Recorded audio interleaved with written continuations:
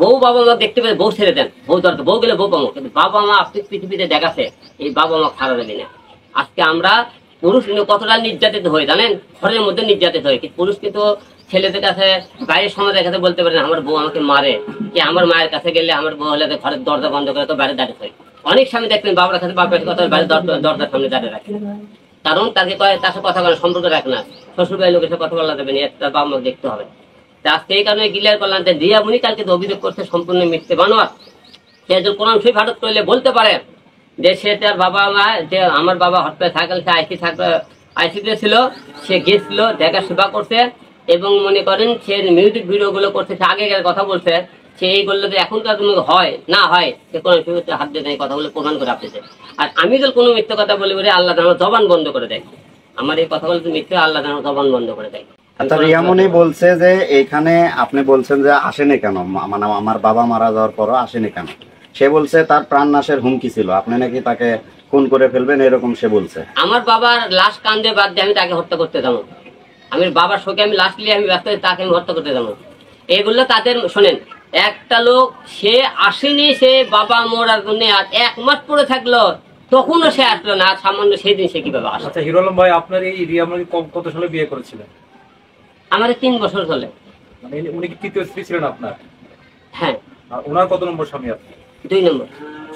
এখন কি আপনি তালাক দিবেন ঢাকায় গিয়ে? 100% তালাক দেবো, কারণ যে লুমিয়ে মনে করেন আমার বিনা হুকুমে পরপুরুষে চলাফেরা করে তার সাথে সম্পর্ক করা যাবে না। আর একটা প্রশ্ন, সেটা হলো যে অনেকে বলছেন যে এখন আপনার ভিউ কমে গেছে, এত ভিউ বাড়ানোর জন্য আপনারা স্বামী স্ত্রী এটা করছেন, আপনারা আপনার স্ত্রী একটা কথা বলছে, তার বিপক্ষে আপনার কথা বলছেন। আচ্ছা, ভিউয়ের কি দরকার? হিরো আলম কি কেউ চেনে না যে আপনাকে এই ভিউ নিয়ে চালালে? হিরো আলম সারা ওয়ার্ল্ডে চেনে যে আমার কেন ভিউ দরকার, যে আমার এই কারণে আপনাকে যে কোনো নেগেটিভ কোনো কথাবার্তা বলে ভিউ ট্রেন্ডিং এ আসা লাগে।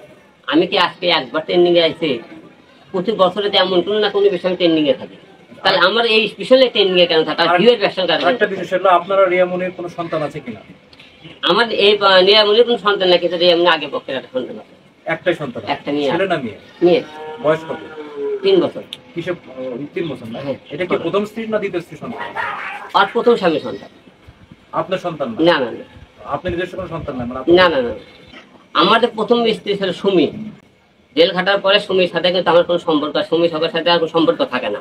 জেল থেকে বাড়া কিছুদিন পরে সুমির সাথে সে অন্য জায়গায় সে কিন্তু একটা বিয়ে করে। আপনার সবাই জানেন হয়তো প্রথম স্ত্রী আছে, কিন্তু আমার প্রথম স্ত্রী কিন্তু নাই।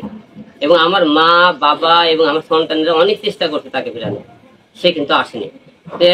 অনেকে বলতে তুমি হলে প্রথম স্ত্রীর কাছে ফিরে দাও, কিন্তু আমার প্রথম স্ত্রী কিন্তু নাই। আপনারা সবাই হয়তো অনেকে জানেন না বিষয়টা, এই জন্য আজকে ক্লিয়ার করতেছে। দ্বিতীয় স্ত্রী মনে করেন নুসরাত মনে যখন ছিল, আপনি যেমন নুসরাত মনে করেন সে করলে কি আরেক বোনের সাথে কিন্তু সে চলে দেওয়ার করলো, সে দেওয়ার তুমি কি করলো? হিরো আলম চরিত্র খারাপ। তো প্রতিটা লোকে হিরো আলম চরিত্র খারাপের কথা বললো, তা চরিত্র মনে করে হিরো আলম কোন জায়গায় খারাপ বলে আপনারা ধরছেন? দেখুন রিয়া বলতেছে কি আপনি একটা বিষয় আমি বলবো না, সাক্ষী প্রমাণ সহকারে। রিয়া কি বলবে? আলমের চরিত্র খারাপ।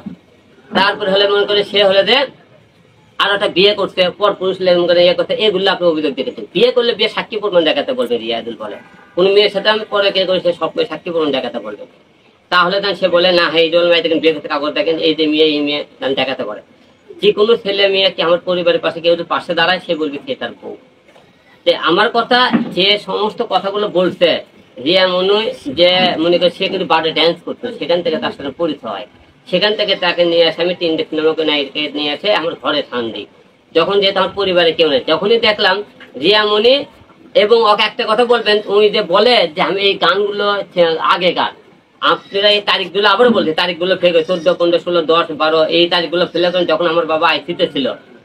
আইসিতে থাকাকালীন সে একজন আসে, সেই টাইমে সে ভিডিওগুলো করা, তার পেজে দেখবেন এবং পেজে আমি অন্য অন্য যে পেজের দেখালাম ভিডিও, সেই ভিডিও দেখবেন। কবে ভিডিও দেখবেন সেই ছেলের নাম্বার দেবো, যার সাথে ভিডিও করছে তার সাথে আপনি নাম্বারতে কথা বলে দেবো, তাদের সাথে বলবেন তারকে। এবং তারা যে প্রতিটা বারে যারা অশ্লীল নাচ গান করে সেই ভিডিওগুলো আমার কাছে কিছু আছে, মায়ের কিছু ভিডিও আছে এবং শাকমনির ভিডিও আছে, সেই ভিডিওগুলো আপনার জমা নেই।